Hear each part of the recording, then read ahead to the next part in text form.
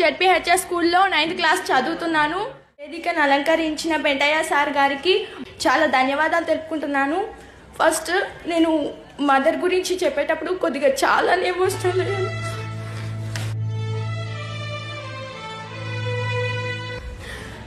మా మదర్ని నేను డైలీ చాలా తిట్టేదాన్ని.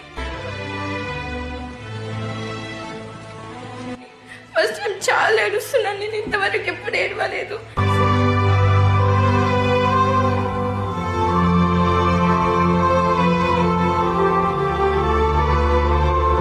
ఫస్ట్ ఇంటికి వెళ్ళగానే ఏం చేయకుండా ఫస్ట్ నేను మా మదర్ దగ్గరికి వెళ్ళి తన కాళ్ళు పట్టుకొని నేను సారీ సారీ అని అడుగుతాను.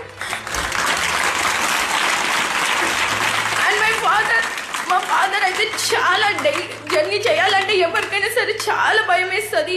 మా డాడీ డైలీ 50 కిలోమీటర్స్ డ్రైవ్ చేయాల్సిందే, పక్కా చేయాలంతే.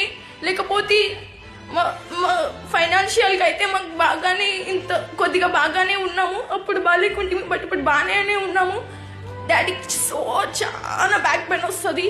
డైలీ చెప్పుకుంటాడు, మాకు చెప్పకుండా ఏడుస్తాడు కూడా.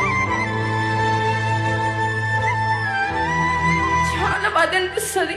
ఇంకొకటి ఏంటంటే నేను ఎక్కువగా ఏదైనా ఒక టాపిక్ తీసుకున్నానంటే దానిపైన చాలా కాన్సన్ట్రేషన్ ఇలాగో, కానీ చాలా నేను భయపడతాను. ఏదైనా ఒక విషయం అంటే ఏమవుతుంది ఎలాగానే ఓవర్ టెన్షన్ అనేది నాకు చాలా ఉంది. ఈ వీడియో చూసిన తర్వాత ఓవర్ టెన్షన్ నేను తక్కువ చేసుకోవాలని నేను తెలుసుకున్నాను.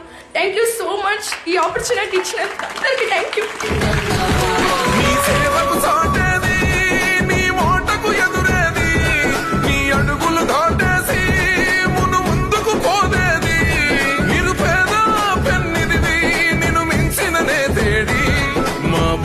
భారం మోసే మా నెత్తుటి బంధం వే, మా గుండెల బాధను తీర్చే మా నేస్తం నువ్వేలే.